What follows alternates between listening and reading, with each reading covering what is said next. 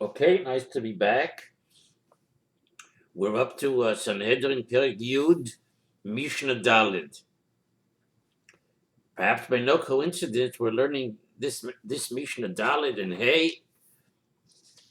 We're learning it today, which is almost Erev Shabbos Kodesh Parshas Re'eh, and in Parshas Re'eh, which is filled with so many different inyanim and halachos. One of the inyanim in the parsha is the parsha of Ir Anidachas. The parsha of Ir Anidachas.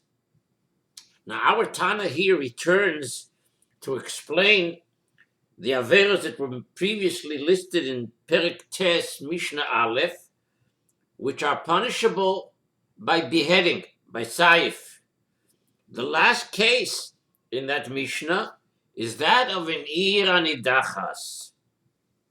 What is an Ir Anidachas? Basically, a town in Eretz Yisrael that was corrupted by some of its inhabitants, by some of its residents, who successfully persuaded and enticed the other people in the town to worship Avodah Zarah.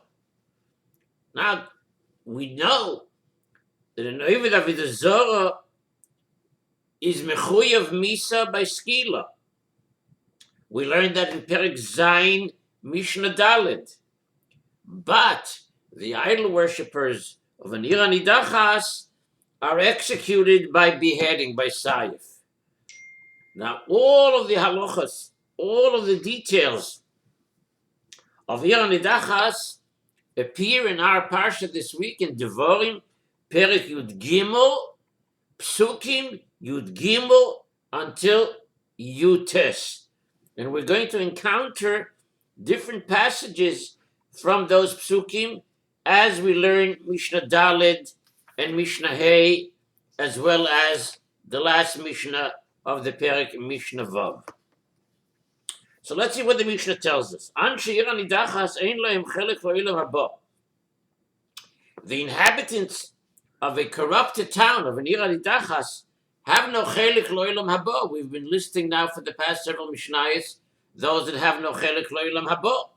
So Anshi Ir Anidachas have no chelik lo'ilam haba. How do we know this? Because it says in Posuk Yudaled, it says in Posuk Yudaled, the Torah introduces the inyan in Posuk Yud Gimel. Kisish mabachas arecha Hashem lokecha nisen loch l'shevet sham le'emo. If you hear that one of the towns that the Rebbeinu Shem gave you in Eretz Yisrael, there's a report that says as follows. There's a report that one hears the following terrible information. What is that terrible information? Yotzu anoshim b'nei Belial mikirbecha v'yadichu es yesh v'yira in Pasuk Yudaled. Lawless men came out from within your midst and corrupted the inhabitants of their town. Now, what is this word Belial? The word Belial. So the word Belial, Rashi tells us there right away in the Pasuk in Yudaled, B'nei Belial. Belial is a combination of two words. Beli, without, all. Without all. Without, in other words, without Yira Shamayim, without fear of heaven. Shepolku oilo shel mokam, Rashi says. They gave up. They gave up the oil malchus Shamayim. So these are the B'nei Belial who came from within the town and enticed the rest of the population of the town to be Ovdei Avodah Zarah. Now, the Pasuk, as Rashi interprets it in the name of the Sifri, is read Bli oil, but the Pasuk can also be read Bli Yal, which means those who will not be oile, Bli Yal, Eile Shelo Yalu, those who will not rise. What do you mean they will not rise? They will not rise from Tchias HaMeisim, and they will, which is followed, as we learned, with Oilam Haba, which means they have no chelik Oilam Haba. The Rav says, Yotzu Anoshim B'nei Belial, Bonim She'einam Oilim B'Tchias HaMeisim. V'nidochim kemadichim, and they're discarded for good. So now the Mishnah continues the details of what is exactly the definition of an iranidachas. The Mishnah therefore lists 4 conditions that must be met in order for the town's residents to be treated as members of an iranidachas. Ve'enan ne'erogin, they are not beheaded as members of a corrupted town, as members of an iranidachas. Number 1, unless those that corrupted the town are from that town. Not that they came from 500 miles away. They're from that town. Number 2, shevet. Those who corrupted must be from the same shevet. From the same shevet. Making it clear, the Pasuk says, lawless men who corrupted the inhabitants of their town, making it clear that the corruptors live in that town. And the Pasuk also states that these lawless men, that these Bnei Belial, have emerged from your midst, which implies that they're from the same group. What does it mean from the same group? From the same shevet, from the same tribe, as those whom they corrupted. They're all from the same ilk, same shevet. And thirdly, v'achayadichum anoshim, men corrupted, men not women. Men and not women. V'achayadichum anoshim. Because the Pasuk says specifically,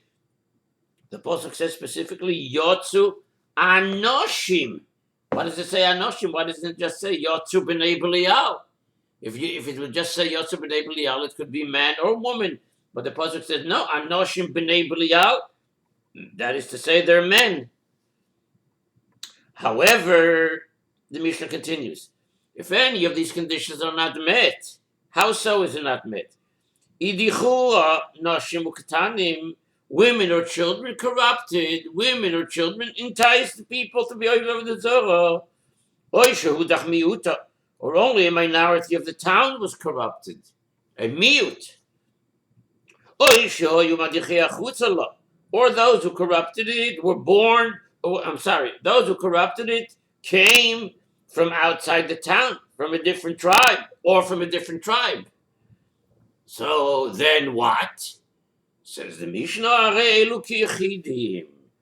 then those that follow these who don't meet the condition, Noshim, miut, they came from out of the town, then they are treated ki yachidim.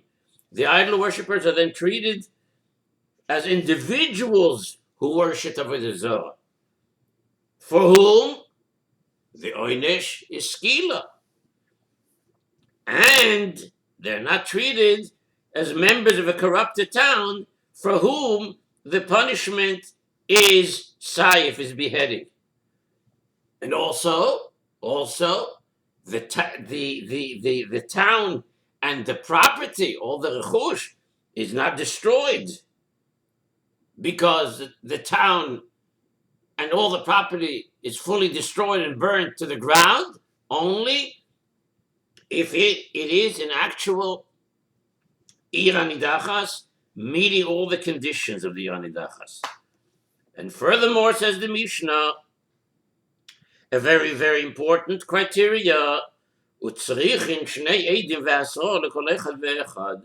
furthermore, here you see that we don't just go rush to raise an entire town making iranidachas.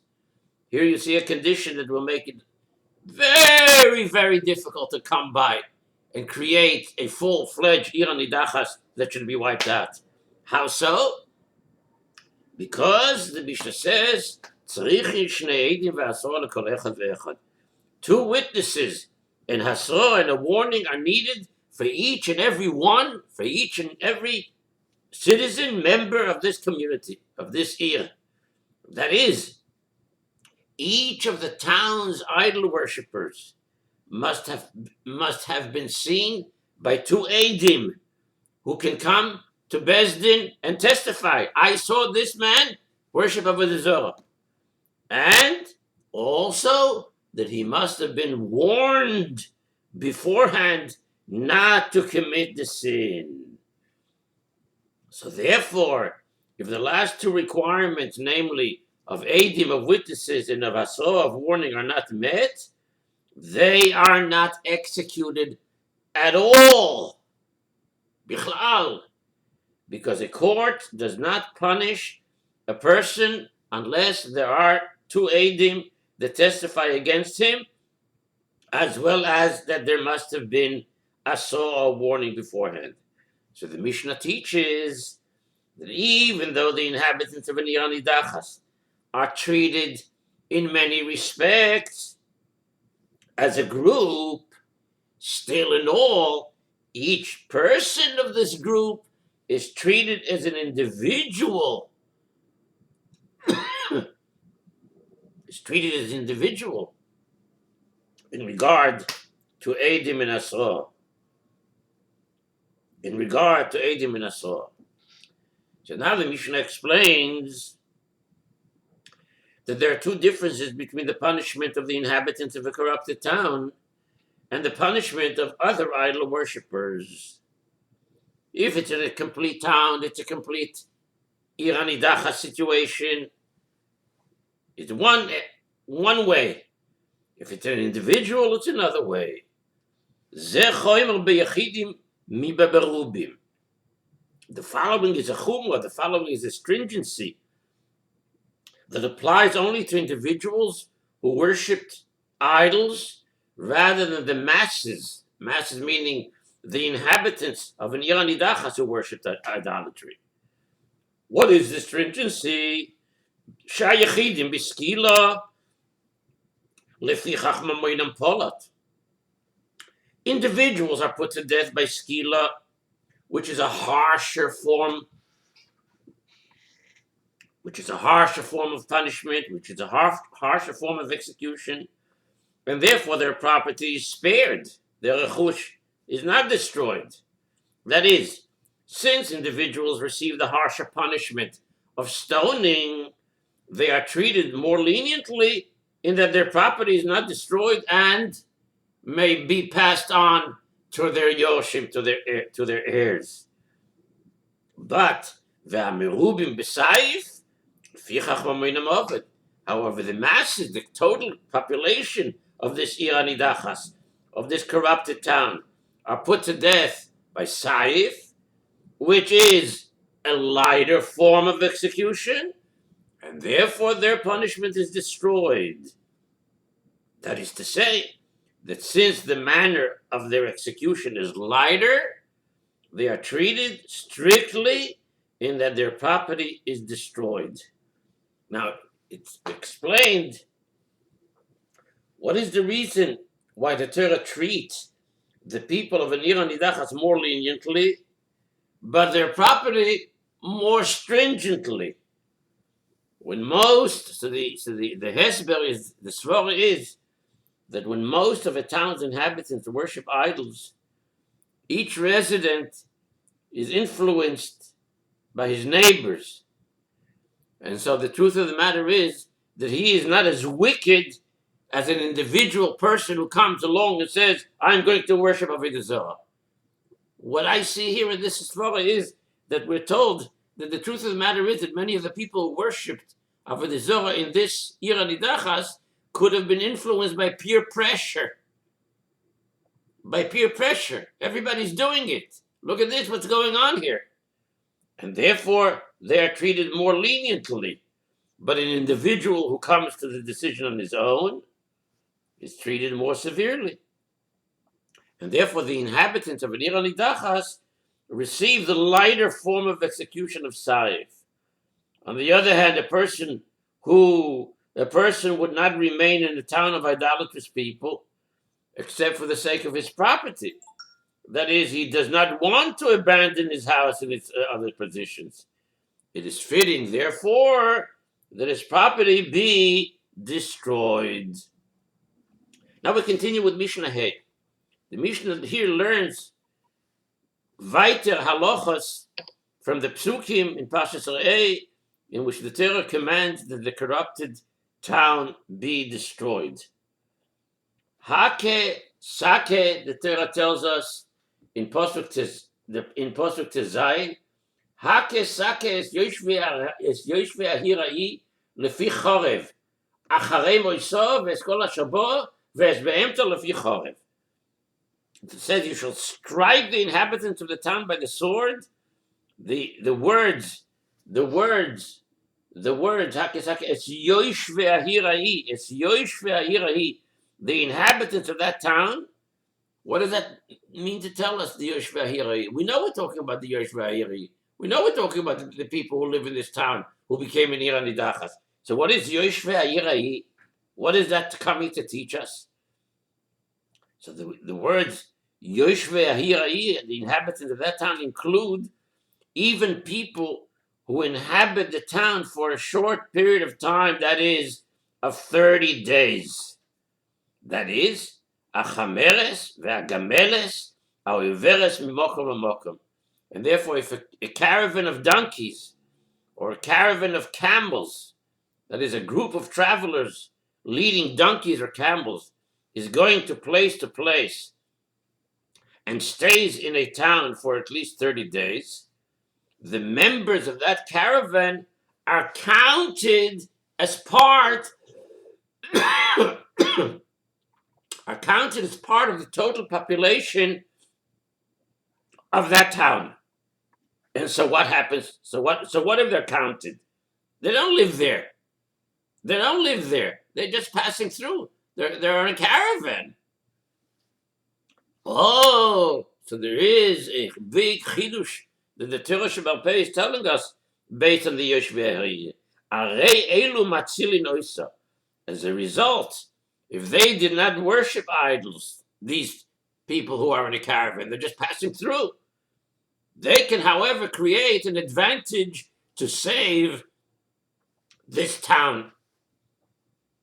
So these travelers can save this town. How so? That by being counted together with the townspeople, they can raise the proportion of innocent people in the town to half or more of the total population.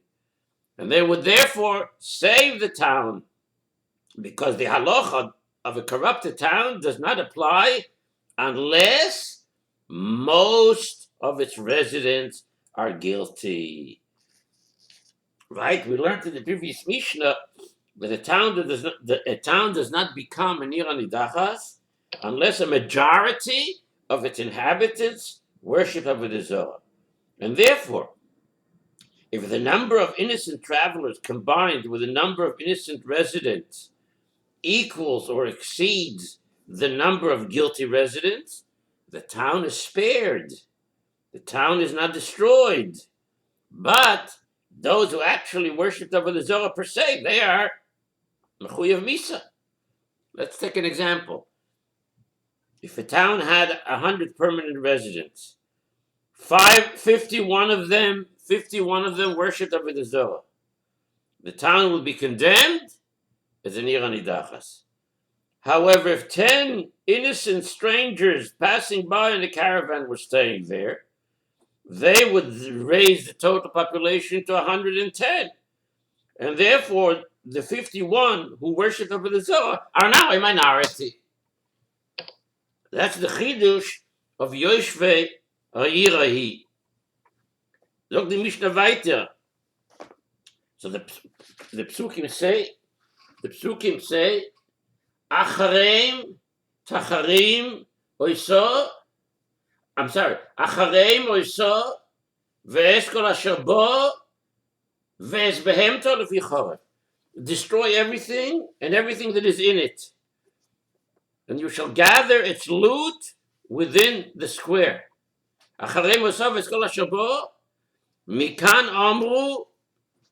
From here, the Chachomim in Torah Shebal Peh teach that Nichsei Tzadikim Shebesoicha Oivdim, that the property of the innocent people who did not worship the Avodah Zarah that is in the town that is destroyed, Shebechutz Ala Platin, and their property that is outside of the town is spared. Their property inside the town will be destroyed. Their property which is outside of the town is spared. But v'shel rashoim bein shebesoicha bein shebechutza lo arei lo ovdim. But the property of the guilty, of those who actually worship the Avodah Zarah, whether it is in the town or outside of the town, is destroyed. And this we learn from the words, everything that is in it. And everything that is in it. So these words, everything that is in it, teach that all the property found inside the town must be destroyed, even if it belongs to an innocent person. And the word, you shall gather all the loot, and you shall gather all the loot, in the next passage, Yud Zayin, Veskol Shalolo Tikbo Etel Toicha Choiva, everything that is in it, but the words, everything that is in it, teach that all the property found inside the town must be destroyed, even if it belongs to an innocent person. And the words, and you shall gather all the loot, that teaches that all the property of the guilty must be destroyed, even if it is outside of the town. If the square was outside the town's walls, they knocked down the part of the wall that separates the town from the square and rebuilt it around the square. Okay, we'll stop here.